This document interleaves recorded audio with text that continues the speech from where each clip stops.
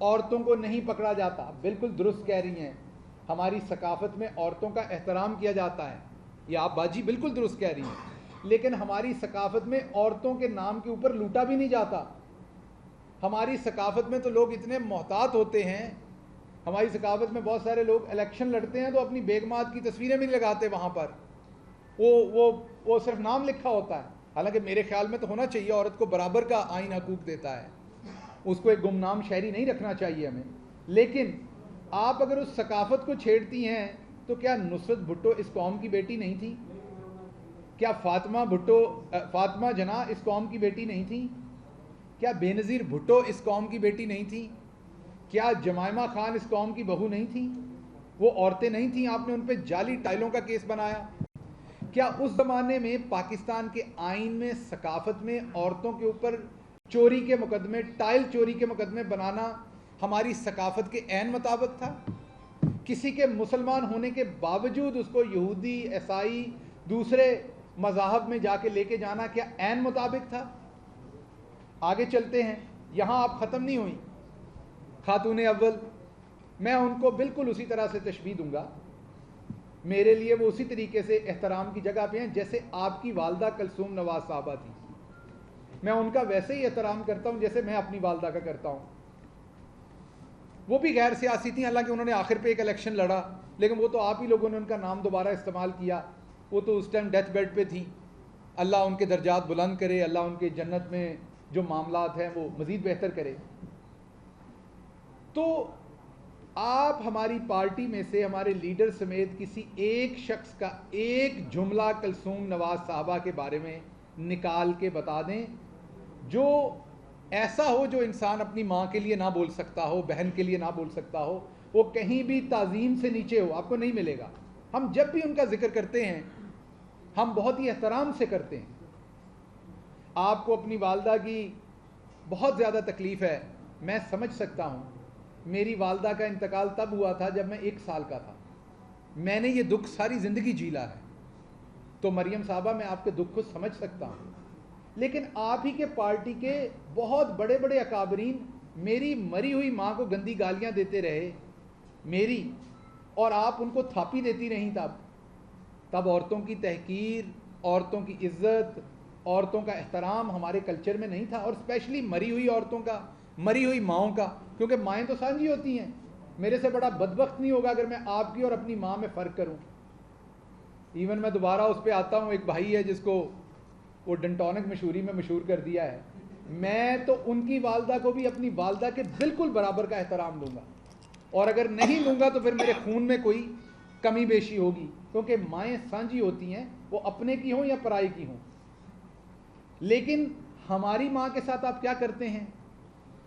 کبھی آپ اسے پیرنی کہتے ہیں چھیڑنے کے لیے, حالانکہ اسی کلچر میں پیر ہونا بری بات نہیں ہے, کسی کا مرید ہونا بری بات نہیں ہے, کسی کا مینٹور ہونا. میں یہ نہیں کہہ رہا کہ وہ پیرنی ہیں کہ نہیں ہیں, میں لیکن کہہ رہا ہوں کہ آپ اس سے لوگوں کے مذہبی جذبات کو بھی ٹھیس پہنچا رہے ہیں. پھر آپ کے چچا, آپ خود, آپ کا پورا خاندان ان کو جادوگرنی کہہ رہا ہے. پھر آپ نے ایک عین سے لفظ نکالا کہ وہاں پر بکرے کا گوشت جلایا جاتا ہے, وہاں پر پتہ نہیں کیا کچھ کیا, ہر طرح کی تہمت آپ نے ہماری ماں پہ تو لگا دی. ہم آپ کی ماں کا احترام کرتے ہیں. چلیں اگر آپ میں تمیز نہیں تھی, احترام نہیں تھا, اخلاقیات نہیں تھیں, تو آپ یہی دیکھ لیتے کہ انہوں نے ہماری ماں کے ساتھ کیا کیا ہے, ہمیں بھی واپس ان کے ساتھ یہی کرنا ہے. آپ کو یہ بات یاد رکھنی ہوگی. آپ کو عمران خان برے لگ سکتے ہیں, آپ کا حق ہے, وہ ایک پولیٹیکل لیڈر ہیں, دبا کے ان کے اوپر آپ کریں تنقید, لیکن آپ کو یہ یاد رکھنا پڑنا ہے کہ جن کا نام بشرا بی بی ہیں وہ اس ملک کی بیٹی بھی ہیں, ان کے بچے بھی اسی ملک میں ہیں, وہ نانی اور دادی بھی ہیں. ان بچوں کا کیا حال ہوتا ہوگا جب آپ ان کو اس طرح کے القابات سے نوازتے ہیں. پھر ان کے قریب خاتون ہیں فرح بی بی. اب فرح بی بی کو بار بار گوگی کہنا, ویسے تو آپ کے بھی آپ ہماری بہن ہیں, لیکن آپ کے بھی نک نیم ہمیں پتہ ہیں, ہم نے تو نہیں آپ کو کبھی بھی کہا اس نک نیم سے. ہم یا آپ کے خامد محترم کا نام ساتھ استعمال کرتے ہیں یا آپ کے شوہر کا نام استعمال کرتے ہیں. زیادہ کوشش کرتے ہیں شروع دن سے آپ کو باجی کہا جائے تاکہ احترام رہے, آپ ایک خاتون ہیں. آپ خود یہ کام شروع کرتی ہیں ایک خاتون کا نام بگاڑنے کے لیے, اس کی تضحیق کرنے کے لیے. آپ کے پاس اس خاتون کے خلاف کوئی ثبوت ہیں, پیش کریں, سزا دلوائیں, مقدمہ بنائیں. آپ کی اوپر حکومت ہے نا, ایف آئی اے آپ کے پاس ہے, سب کچھ ہے. نام بگاڑنے کی کیا ضرورت ہے؟ اور آپ کے تو اپنے ایک ایم پی اے کی بہو ہیں وہ, تو آپ کم از کم, مجھے سمجھ ہے جیسے آپ لوگوں نے عائشہ احد کے ساتھ کیا تھا, اس کی جوان بیٹی کے ساتھ کیا تھا, آپ کے ہاں احترام.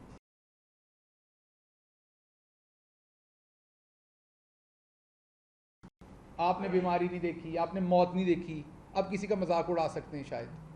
لیکن جب آپ اپنے گھر میں وہ چیز دکھاتے ہیں, اور اللہ کی ذات ہم سب کو اس لیے دکھاتی کہ ہم دوسروں کا کر سکیں. یہ بہت سارے صحافی بتاتے تھے کہ ہم پہ ریاستی تشدد ہوا, مجھے شاید تب سمجھ نہیں آتی تھی.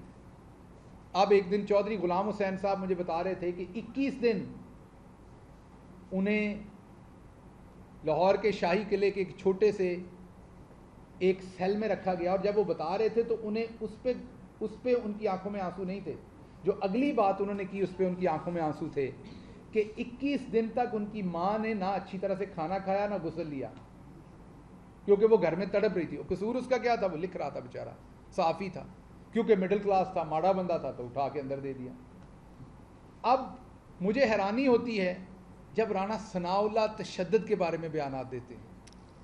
ان سے کہیں زیادہ عقل مند ہماری بہن ان کی بیگم ہیں, جنہوں نے ایک دفعہ اپنے شوہر کو مصیبت میں دیکھا تو اب وہ کسی اور جو مصیبت میں آتا ہے اس کے لیے وہ دعا کرتی ہیں. تو میں رانا صاحب کو یہ کہوں گا کہ جب انسان کے ساتھ ایک دفعہ ہو جائے تو پھر وہ دوسروں کے درد کو احساس کرنا اس کی ذمہ داری بن جاتی ہے. اللہ میاں اس سے زیادہ اور آپ کے ساتھ کچھ نہیں کر سکتا ہوتا. یہ میکسیمم ہوتا ہے کہ آپ کو دکھائے تاکہ آپ دوسرے کا احساس کر سکیں. تو آپ یہ پرتشدد بیانات نہ دیا کریں. یہ آپ نے بھی سہ کے دیکھ لیا ہوا ہے, میں نے بھی سہ کے دیکھ لیا ہوا ہے, اور ہم دونوں کو پتا ہے کہ یہ کوئی اچھی چیز نہیں ہے. اور اس سے دوسروں کو ہیوملیٹ کرنے کی کوشش کرنا, بنیادی طور پر آپ اپنے آپ کو ہیوملیٹ کرنے کی کوشش کر رہے ہیں. میں واپس آتا ہوں اسی موضوع پہ. اب مسئلہ یہ ہے مریم صاحبہ کا کہ ان کے والد کا احترام ضروری ہے, مریم باجی کا احترام ضروری ہے, لیکن ہماری ماؤں کا احترام ضروری نہیں ہے. بشرا بی بی کسی کی ماں نہیں ہے, کسی کی بیوی نہیں ہے, اس ملک کی بیٹی نہیں ہے. ان کے بارے میں عورت کارڈ کام نہیں آنا, اپنے بارے میں آنا ہے. مریم باجی سے کسی نے یہ پوچھنا ہے کہ یہ عورت کارڈ ہمیشہ آپ کے لیے ہے, یہ یہودی کارڈ ہمیشہ آپ کے لیے ہے, یہ قادیانی کارڈ ہمیشہ آپ کے لیے ہے, یہ لوگوں کے غیر ملکی ایجنٹ ہونا کارڈ ہمیشہ آپ کے لیے ہے. پھر آڈیوز آئیں, آپ نے دیکھا ہمارے عورتیں ہمارے معاشرے میں, میں مریم بی بی سے یہ بالکل اگری کرتا ہوں کہ ہمارے یہاں بڑا احترام رکھنا چاہیے, لیکن جس طرح کی باتیں صحافیوں کے بارے میں آڈیوز میں مریم بی بی کی آئیں, ہماری عورتیں یہ باتیں بھی نہیں کرتی. پھر آڈیوز میں جس طریقے سے انہوں نے اپنے داماد کے لیے سفارش کر کے بار بار کہتے ہیں کہ ہماری حکومت میں امپورٹ تب تک ہوا جب تک کشمیر کو ایک زندہ لاش بنانے کی ناکام کوشش میں ہندوستان نے جب تک اسے بڑی جیل نہیں بنایا تھا تو بالکل امپورٹ جائز تھی. سب نے منگوایا ہوگا, آپ کے داماد نے بھی منگوایا.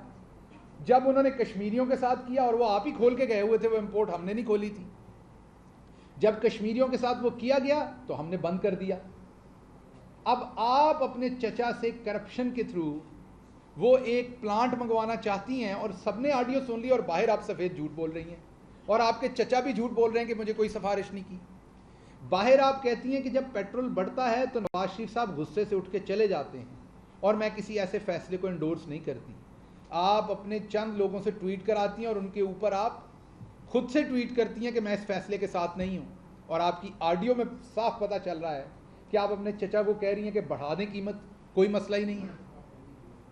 سو مریم باجی, ویسے تو مردوں کو بھی جھوٹ نہیں بولنا چاہیے, لیکن کیونکہ عورتوں کا یہاں احترام زیادہ ہے تو عورتوں کو زیادہ اس کا خیال کرنا چاہیے کہ انہیں اس طریقے سے کھلم کھلا جھوٹ اور طوفان نہیں کرنا چاہیے تاکہ ان کا احترام کیا جا سکے. اب آپ کا اصل گھر لندن میں، آپ کہتی تھیں آپ کو یہی پاسپورٹ ٹرے میں رکھ کے دیا جاتا تو آپ واپس پھینک دیں گی. ابھی آپ نے بہت ہیل و حجت کر کے عدالت سے اپنا پاسپورٹ لیا، اور آپ نے یہ بھی کہا کہ آپ نے جو ایک وہ چوری کا NRO لیا، جو قوانین چینج ہوئے میں نے اس کے تحت فائدہ نہیں لیا، میں نے میرٹ پہ لیا. اس کا مطلب باقی تمام کو فیصلہ میرٹ کے خلاف ہو رہا. اب تو یہ مریم بی بی نے خود کہہ دیا، اور مجھے یقین ہے کہ سپریم کورٹ میں جو نیب امینڈمنٹس پہ کیس چل رہا ہے اس میں مریم بی بی کے اس بیان کو ضرور شامل کیا جائے گا ہمارے وکیل صاحب کی طرف سے، کہ مریم خود مان رہی ہیں کہ جو لوگ اس کے تحت ریلیف لیں گے وہ میرٹ پہ نہیں لیں گے. تو یہ تو اب انہوں نے خود مان لیا. اب آپ کا اصل گھر لندن میں، جہاں لندن تو کیا پاکستان میں کوئی پراپرٹی نہیں تھی، آپ کے بچے لندن میں اپنے، آپ کے ابا لندن میں، آپ کے ابا کے بچے لندن میں، آپ کے ابا کے بچوں کے بچے لندن میں، آپ کی سرجری لندن میں، آپ کا سارا پیسہ لندن میں، لیکن آپ نے حکومت یہاں کرنی ہے، جھوٹ آپ نے یہاں بولنا ہے، آپ نے تخریب کاری ساری یہاں کرنی ہے. اور اگر کوئی پولیس والا، وہ حسن تھا ہمارا ایک بھائی سیالکوٹ میں، جسے شاباش دیتی تھی جب انہوں نے سیالکوٹ کے اندر ہمارے ورکرز پہ تشدد کیا، آپ بتائیں ہمارے کسی زمانے میں ہوا؟ میں پہلے دن سے کہہ رہا ہوں. کل پرسوں حلیم عادل شیخ صاحب نے، ہمارے بڑے اہم لیڈر ہیں سندھ سے، انہوں نے ایک تصویر شیئر کی جو رانا ثناء اللہ صاحب کی تھی، جب ان پر بہت تشدد ہوا اس سے اور اس کے بعد، اور ایک اس کے اوپر جملہ کیا. مجھے ذاتی طور پر پسند نہیں آیا. میں اس پہ پہلے ٹویٹ کرنے لگا، پھر میں نے کہا وہ اور بڑھے گا ٹویٹ، میں نے نہیں کیا. لیکن جب مجھے حلیم عادل ملیں گے میں انہیں کہوں گا تشدد ہمارے کسی اپنے پہ. اور یہ میری پہلے دن مظفر گڑھ میں بھی میری یہی سٹیٹمنٹ تھی، میری یہاں ہائی کورٹ کے سامنے بھی یہی سٹیٹمنٹ تھی جب میرے پہ حملہ کیا گیا تھا، میری اسلام آباد ہائی کورٹ کے باہر بھی آج سے 6 مہینے پہلے یہی سٹیٹمنٹ تھی، میری پچھلے ویلاگ میں بھی یہی سٹیٹمنٹ تھی. میری ایک ہی سٹیٹمنٹ ہے جب ان پہ تشدد کیا گیا. یہ بھی عورت ہیں، بلکہ نانی اور دادی ہیں. آپ کو تو کئی دفعہ غصہ لگ جاتا ہے یہ رشتہ آپ کو کہیں، ان کو بڑا اچھا لگتا ہے جب ہم یہ کہتے ہیں. یہ بھی عورت ہیں، جیسے آپ نے ان کی تصدیق کرنے کی کوشش کی تھی، گاڑی کے شیشے توڑے تھے، مارا تھا، ان کے ساتھ بھی عورتیں تھیں. تو مریم باجی اگر آپ نے عورتوں کا احترام کرنا ہے تو اس کی سب سے بڑی ذمہ داری اب آپ پہ عائد ہوتی ہے. اس کی وجہ یہ ہے کہ آپ کے دادا سے لے کے آپ کے والد تک عورتوں کی تضحیک کرتے آئے ہیں. یہ کلچر آپ کے خاندان نے دیا ہوا ہے. کوئی بات نہیں،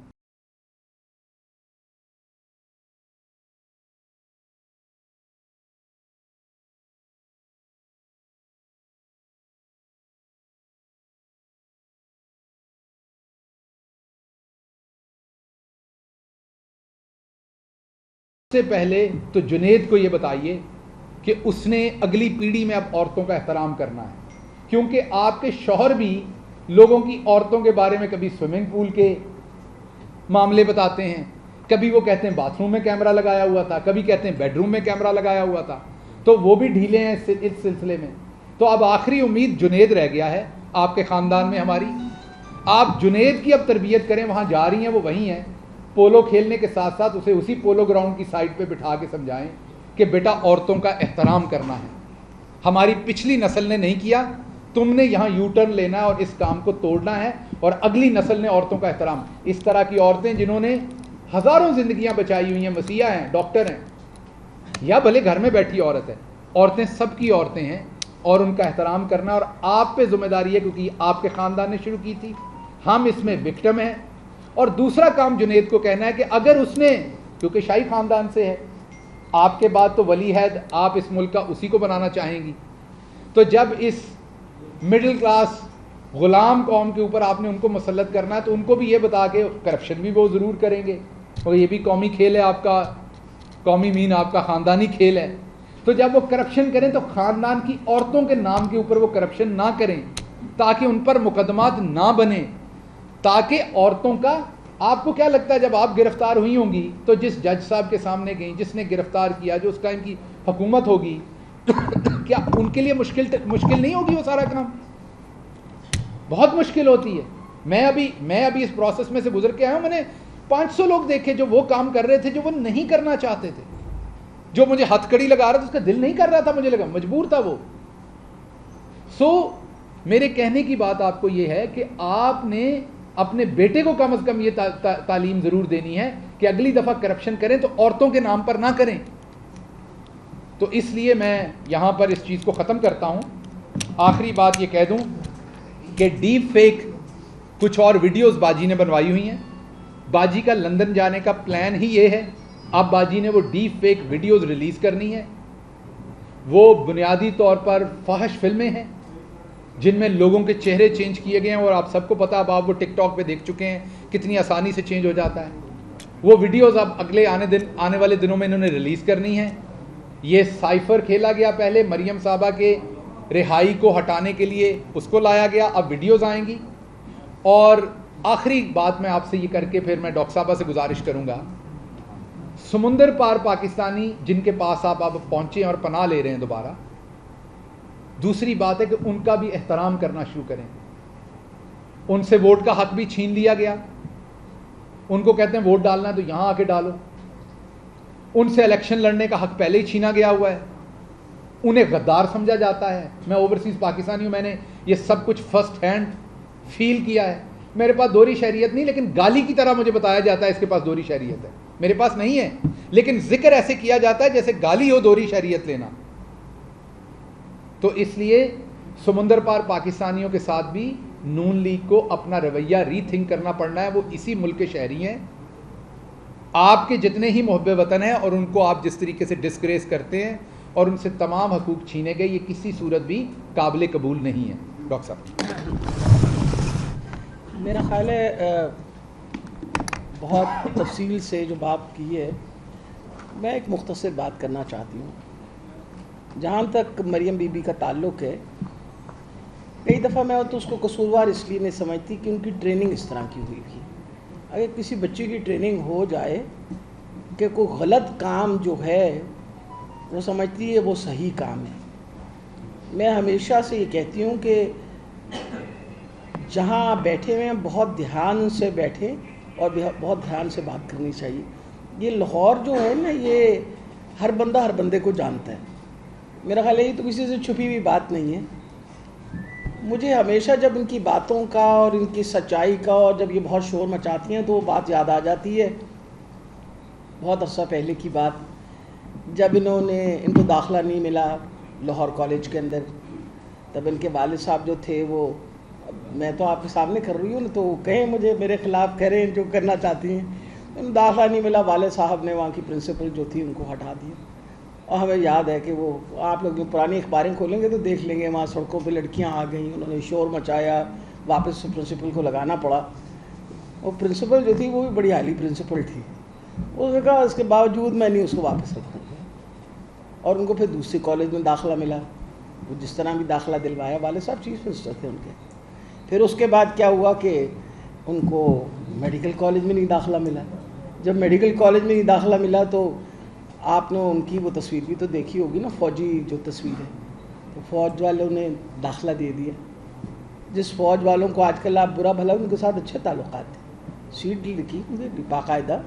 اور پھر کوئی 3-4 مہینے کے عرصے کے بعد جس کالج میں میں پڑھا رہی تھی کنگ ایڈورڈ میں, جو سب سے اوپر میرٹ ہوتا ہے, سب سے ہائیسٹ میرٹ, وہاں مائگریشن ہو گئی. میں سوال پوچھنا چاہتی ہوں کہ بیٹا تمہیں پتہ تھا کیسے ہوئی ہے یہ سارا کچھ؟ تمہیں پتہ تھا یہ سب غلط کام ہو رہا ہے؟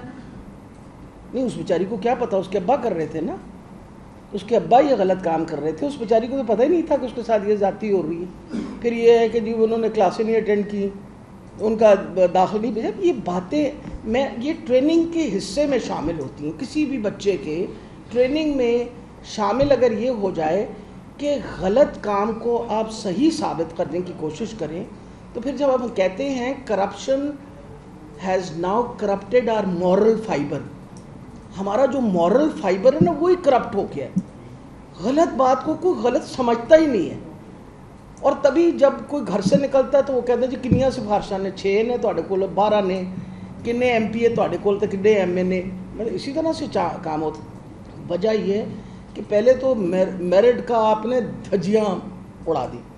پھر آپ جب بھی بات کرتی ہیں 10 دفعہ سوچا کریں, آپ تاریخ ضرور دیکھیں. میں کل سن رہی تھی ان کا جب پریس کانفرنس, تو میں بڑی پریشان ہوئی. میں نے کہا بندے کیا وہ واقعی سمجھتی ہیں کہ پاکستان کے لوگوں کی یادداشت اتنی کمزور ہے, اور کیا ہم واقعی یا تو ذہنی معذور ہیں, آپ جو بات کرتی ہیں ہم شاید بھول جاتے ہیں, پھر جو نئی بات کرتی ہیں وہ یاد رہ جاتی ہے. سب سے بڑی یہ بات ہے, اور میں یہ کلیئر اس لیے کرنا چاہتی ہوں, 2016 میں جب پاناما لیکس آئیں جس کے بارے میں آپ ذکر کر رہی ہیں, اس زمانے کے آپ کے والد صاحب پرائم منسٹر تھے پاکستان کے. عمران خان تو کہیں نہیں تھا. عمران خان کے was not holding a public office at that time, he was just an MNA. وہ تو کہیں نہیں تھے نا, وہ تو آپ کے خلاف کچھ بھی نہیں کر سکتے تھے, ہم تو شور ہی مچا سکتے تھے نا. اور مجھے ابھی تک یاد ہے کہ پاناما لیکس میں جب وہ آئی تو کیونکہ میں نے الیکشن نواز شریف کے خلاف لڑا ہوا تھا, تو وہ جو سٹیٹمنٹ تھی ان کی ایسٹس کی وہ غلط ثابت ہوئی, کیونکہ اس میں لکھا ہوا تھا کہ مریم نواز ان کی ڈپینڈنٹ ہے. یہ لکھا ہوا تھا, یہ آپ لوگوں کو شاید یاد ہوگا. نہ صرف میں نے کیس کیا جا کے الیکشن کمیشن کے اندر, میرے علاوہ کھوسا صاحب جو اپنے پیپل پارٹی والے, یاد ہے نا آپ کو, انہوں نے بھی کیس کیا. کچھ تو ہوگا نا کہ انہوں نے بھی کیس کیا. پھر ہم سب نے کچھ 6 بندوں نے کیس کیا اور کہا کہ جی یہ دیکھیے یہ غلط بیانی کر رہی ہیں. انہوں نے کہا ہے کہ جی میرا تو ولایت تو بہت بڑی بات ہے, ثنا بچہ کی اس میں کہا انہوں نے, میری تو پاکستان میں بھی کوئی پراپرٹی نہیں ہے. تو یہ سارا کچھ جو والد صاحب کی بینیفیشری لکھا ہوا ہے اس کے اندر, تو پھر والد صاحب کا تو سب کچھ ان کے پاس ہی ہے نا. اب مجھے یہ بتائیے, انہی کے بھائی جو ہیں وہ ایکنالج کر رہے ہیں یہ فلیٹ ہماری بہن کے. مقصد یہ ہے, آپ کہتی ہیں, آپ نے اپنی کل بیانیہ میں یہ کہا کہ میں ہر چیز آ کے بتاؤں گی. بھائی بتائیے ضرور, پر خدارہ ہمیں بھی بتائیے کہ بیٹا کہاں سے پیسے آئے تھے جس سے وہ فلیٹ خریدے گئے. ہم تو اور کچھ بھی نہیں پوچھ رہے آپ سے. اور میرا خیال ہے پاکستان کا ہر انسان یہ پوچھنا چاہ رہا ہے کہ وہ جو محلات ہیں, جو آپ کہتی تھی میرے دادا بہت امیر تھے, یا تو وہ دادا جس کے بارے میں آپ ذکر کریں اس دادا کو ہم نہیں جانتے تھے. بیٹا اس دادا کو ہم بڑی اچھی طرح جانتے تھے. وجہ یہ کہ آپ کے دادا بھی امرتسر سے آئے تھے, میرے سسر بھی امرتسر سے آئے تھے اور بڑے قریبی واقف کار تھے. اس لیے اگر اس دادا کی بات کر رہی ہیں تو پھر حالات ان کے ایسے نہیں تھے جو آپ 18 ملیں لگا لے ایک چھوٹے سے عرصے کے بعد کہ جی دادا کے پیسے تھے اور دادا نے اپنے پیسے دے کے. اور خدارہ اپنی ہسٹری جو ہے اس کو ذرا ٹھیک کریے. اور مجھے افسوس ہوتا ہے, اب اسحاق ڈار کی آپ ذکر کر رہے ہیں, آج جی ڈار صاحب تشریف لائے ہیں. ایک تو وہ آپ کے والد صاحب کے سمدھی ہیں, آپ کے رشتہ دار ہیں, آپ کی بہن کے سسر ہیں. اوپر سے کسی نے پوچھا کہ وہ 5 سال سے کہاں تھے اور کیوں گئے. آپ نے پوچھا, آپ کو پوچھنا چاہیے تھا نا ساروں کو, کیوں گئے. ہم نے تو نہیں ان کو بھیجا. اس وقت کون اٹھا کے لے کے گیا ان کو لے کے گیا خاقان عباسی صاحب اپنے جہاز میں, جو کہ پرائم منسٹر تھے اس وقت کے. ان کو جا کے ولایت چھوڑ کے آئے. لوگ پوچھتے ہیں ان کو کیوں ولایت چھوڑ.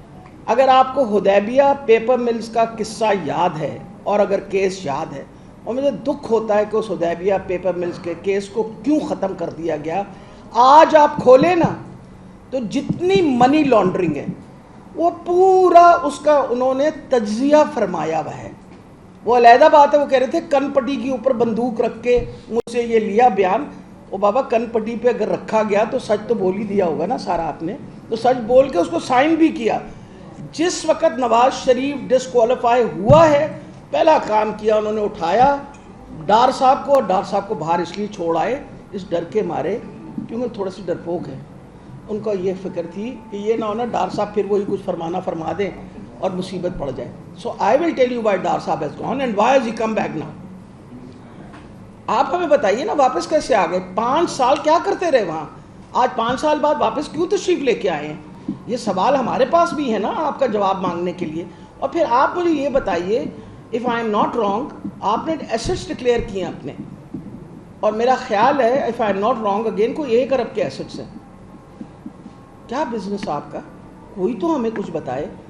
آپ کے میاں نے کوئی سونے کی کان مل گئی, کیا کیا, کچھ ہمیں بھی بتائیں تاکہ ہم بھی اس قسم کی بزنس کریں. بیٹا عمر گزر گئی ہم اس پاکستان میں بیٹھے بیٹھے, اور اچھے خاصے پڑھے لکھے لوگ ڈاکٹرز ہیں, اسپیشلسٹ ہیں, ہم تو کبھی ہمارے تو وہم گمان بھی کبھی ایسا نہیں ہوتا کہ اتنا پیسہ بھی کوئی کما سکتا ہے. تو میرا خیال ہے یہ ساری باتیں آپ آئیے ضرور واپس تشریف لائیں اور غلط بیانیاں بالکل نہ کریے گا. وجہ یہ ہے کہ میں آپ کو بتاتی چلی جاؤں, آپ کے والد صاحب نے بھی غلط بیانی کی, آپ نے بھی غلط بیانی کی, آپ نے جھوٹ بولا, آپ کے والد صاحب نے جھوٹ بولا. آپ لوگوں کے پاس جس گھر میں آپ رہتے ہیں وہ کیا کرائے کا گھر ہے؟ جہاں آپ کے والد صاحب بیٹھے ہوئے 3 سال سے, وہ کیا کرائے کا گھر ہے؟ اگر کرائے کا گھر نہیں ہے تو کس کا گھر ہے؟ اور جس کا گھر ہے اس کے پیسے کہاں سے آئے؟ بھئی یا تو بھائی رہتے ہیں آپ کے یا آپ رہتے ہیں. تو میرا خیال ہے یہ جو اس وقت سارا یہ ڈرامہ کیا جا رہا ہے وہ آپ کو صرف یہ پریشانی ہے. اور جو لفظ آپ استعمال کرتی ہیں نا عمران خان کے بارے میں, تو میں آپ کو بتاتی چلی جاؤں, ہم بھی بہت سادہ لفظ استعمال کرنا جانتے ہیں. ہم don't let us cross that limit. آپ بھی اپنے آپ کو ریسٹرکٹ کریں, ورنہ ہم بھی بات تو کرنا جانتے ہیں. عورت کی عزت کی بات کر رہے ہیں. آپ سارے جتنے بچے یہاں بیٹھے ہوئے ہیں, اب میری عزت افزائی تو آپ نے دیکھی ہوگی, دیکھی تھی, ریکارڈ بھی کیا تھا. اور وہ بے شرم, وہ جو مونچھوں والا ہے, وہ کہتا ہے پھر جھوٹ بولتا ہے. یعنی وہ اتنا جھوٹا بندہ ہے, پھر جھوٹ بولتا ہے. کسی ایک پروگرام میں کہنے لگا وہ کیا کرتے, گاڑی نہ توڑتے, وہ اس کے پولیس کے اوپر گاڑی چڑھانے لگی تھی. آپ نے وہ ساروں نے ویڈیو دیکھی؟ آپ نے دیکھا میں نے گاڑی روکی وہاں جا کے, کیونکہ میں کسی سینئر پولیس والے سے پوچھنا چاہ رہی تھی کہ بیٹا کتنا مارنا ہے ہمیں, کچھ تو بتاؤ نا, کتنا حکم ہے کہ کتنا مارنا ہے, کتنی دیر مارنا ہے, کچھ تو بتاؤ. وہ بجائے انہوں نے کہنے کہ انہوں نے ڈنڈے برسائے. آپ کے سامنے جب وہ مجھے گاڑی سے گھسیٹ رہے تھے تب کوئی عورتیں تو نہیں گھسیٹ رہی تھی, مرد ہی گھسیٹ رہے تھے. میرے ساتھ کون تھا؟ میری بیٹی. میرے ساتھ کون تھا؟ میری بہن. کوئی مرد نہیں تھا اس گاڑی کے اندر. یہ عزت, وہ کہتے ہیں نا جب خواتین کی عزت کی بات کر رہے ہیں تو پھر بھولیے مت کہ ہم ساری بھی خواتین ہیں. یہ مت بھولیے گا کہ وہ جو پریگننٹ عورت تھی جس کے منہ پہ گولی ماڈل ٹاؤن ثانیہ کے اندر اس کی بیٹی کے سامنے ماری گئی تھی, وہ خاتون نہیں تھی. آپ لوگوں کا اس وقت حکومت تھی, پوچھا کسی سے؟ اتنی آج خاتون کی فکر پڑی ہوئی ہے, عورت کی فکر پڑی ہے, پوچھنا تھا نا کیسے ماری گئیں وہ 2 عورتیں وہاں, کس نے گولی چلائی تھی؟ یہی جو بیٹھا ہوا ہے قاتل جو ہے یہاں بیٹھا ہوا ہے, اسی نے یہ کام کیا تھا. لیکن میں یہ کلیئر کرتی جاؤں, آپ کی یہ ساری باتیں اور اتنے آپ جو مرضی ہتھ کنڈے استعمال کریں, میں آپ کو بتا رہی ہوں جھوٹ کے پیر نہیں ہوتے. ایک جھوٹ کو چھپانے کے لیے آپ 100 جھوٹ بولیں گے. اور تبھی جب آپ نے ثنا بچہ کے پروگرام میں کہا کہ میری تو کوئی وہ نہیں ہے, آپ کے بھائی نے کوئی اور سٹیٹمنٹ دی, دوسرے بھائی نے ایک اور سٹیٹمنٹ دی, پھر آپ نے ایک اور سٹیٹمنٹ دے دی. تو جھوٹ جب بولتا ہے نا بندہ تو اس کو بھول ہی جاتا ہے کہ پہلی دفعہ میں نے کون سا جھوٹ بولا تھا. یہ صرف سچ کا بیانیہ جو ہے وہ مسلسل چلتا ہے. سچ جو آپ کرتے ہیں تو سچ کی بیانیہ چلتا ہے. میں آخر میں یہ بتاتی چلی جاؤں, جہاں تک تعلق ہے یہ جو آج انہوں نے 1.5 گھنٹے کا, ہم نے بھی 1.5 گھنٹے کی گلا سنیا سن نا, ساڑیاں بھی 1.5 گھنٹے گلا سنیا سن نا تسی, مطلب ہے نہیں سنیا سن نا تسی, تو ساڑا بھی فرض پڑتا تسی 1.5 گھنٹہ ساڑی بھی گلا سنو, کیونکہ بیٹا میں ابھی سب مسئلہ یہ ہے کہ یہ جو مظلومیت کی داستان سناتے ہیں نا, یہ مظلوم نہیں ہے اللہ کے واسطے, اور پوری قوم کو پتہ ہے کہ یہ مظلوم نہیں ہے. اب وہ فرما رہی ہیں میں سرجری کے لیے باہر جا رہی ہوں. اب میں ایک سیکنڈ, اب بیٹا میں ایک سیکنڈ, 1 منٹ, میں ڈاکٹر ہوں نا اور پروفیسر ہوں, پتہ ہے اس بات کا, اور جعلی ڈگری بھی نہیں ہے میرے پاس, یہ بھی پتہ ہے. اچھا میں آپ کو یہ بتانے لگی ہوں, میں نے اس پاکستان کے اندر 11 آپریشن ہو چکے ہیں. میں جوندی جاگدی تھوڑے آگے سامنے بیٹھی ہیں 72 سالوں دی بیٹھی ہے نا, یہ مطلب پاکستان کے ڈاکٹروں کو اپنا کام آتا ہے. پاکستان کے ڈاکٹروں نے میرا خیال کیا ہے, اور ایسی بھی موذی بیماری جیسے کینسر جیسا ہے اس سے بھی I have come out of it.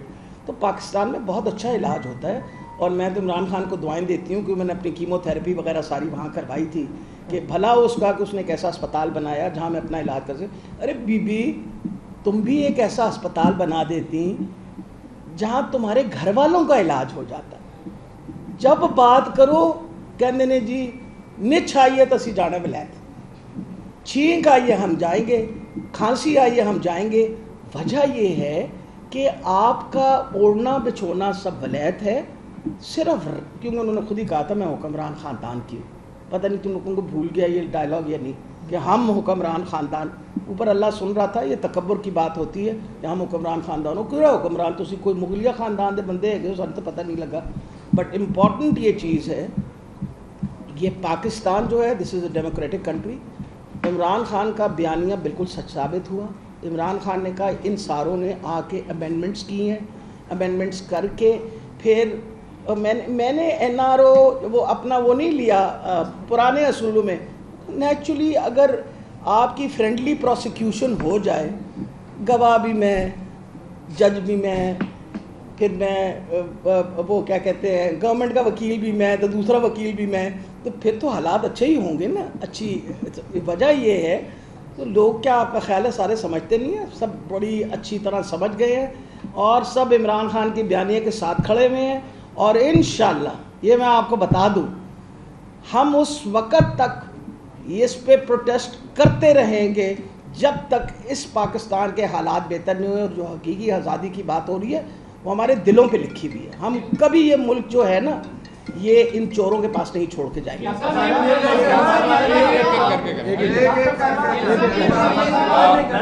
اچھا اگر تسی سارے نے رولا پا دیتے تو کوئی گل نہیں بدل. آپ کے لانگ مارچ میں جو آپ پنجاب سے کرنے جا رہے ہیں آپ کی اتحادی حکومت نے آپ کا ساتھ دینے سے انکار کیا, اس پہ کیا دیکھیے؟ کیا کہا آپ نے؟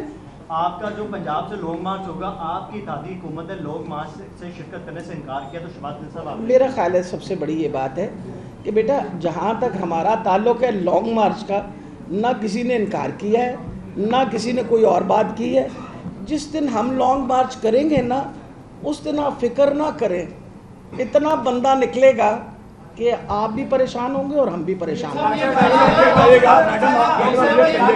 آپ یہ کہیے گا کہ باری باری جو آج کا جو حلف لیے جا رہے ہیں, جی آج کا جو حلف لیے جا رہے ہیں وہ حلف ہے ہم پاکستان کی کانسٹیٹیوشن کے مطابق سن لینا.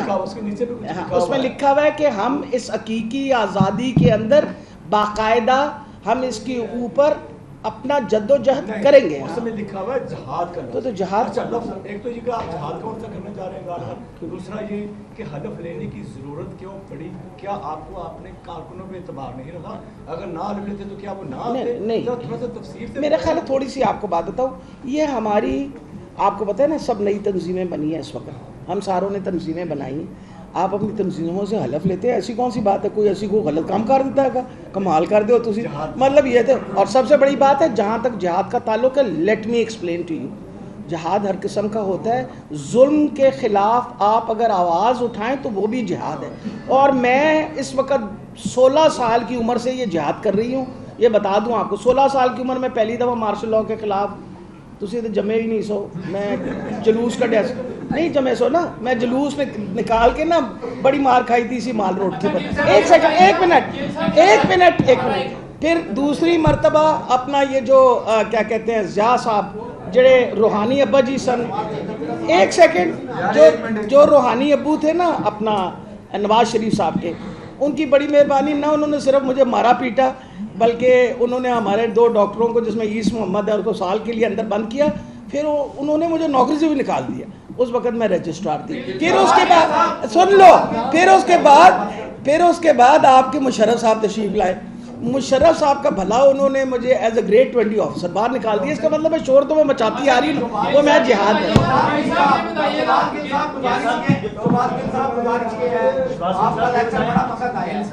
ایسا لگ رہا تھا کہ آپ امریکہ کی کسی یونیورسٹی میں یہ لیکچر دے رہے ہیں. تو آپ نے لیکچر دیا ہے جھوٹ سچ اور اس کے بارے میں کہ پاکستانی معاشرے میں تو جھوٹ رسا بسا پڑا ہے. اب یہ الیکشن میں آپ کا بیانیہ کی 90% جھوٹ پر مبنی ہوگا. مسلم لیگ نون کا بھی سبق بات دکھائیں گے قوم کو, ایسے سبق ہتھیلی پہ سر کو باندھیں گے اور اینڈ میں کچھ بھی نہیں نکلے گا. کہ کہاں تک ہم جھوٹ کو کریں گے؟ یہ جواب مہنگی ہو رہی ہے, بجلی گیس کے بل ہمارا مسئلہ ہے. آپ دونوں جماعتیں جھوٹ اور سچ کے اندر بڑھ گئی ہیں تو ہمارے زمین میں شامل ہے پاکستانی ہو گئے. ہر بندہ جھوٹ بول رہا ہے. ایک جواب میں دے دوں. اچھا ایک منٹ اگر ایک بات تو آپ سن لیجیے بیٹا, ان کی بات سن بدنامی ہوئی ہے کیا انٹرنیشنل لیول پہ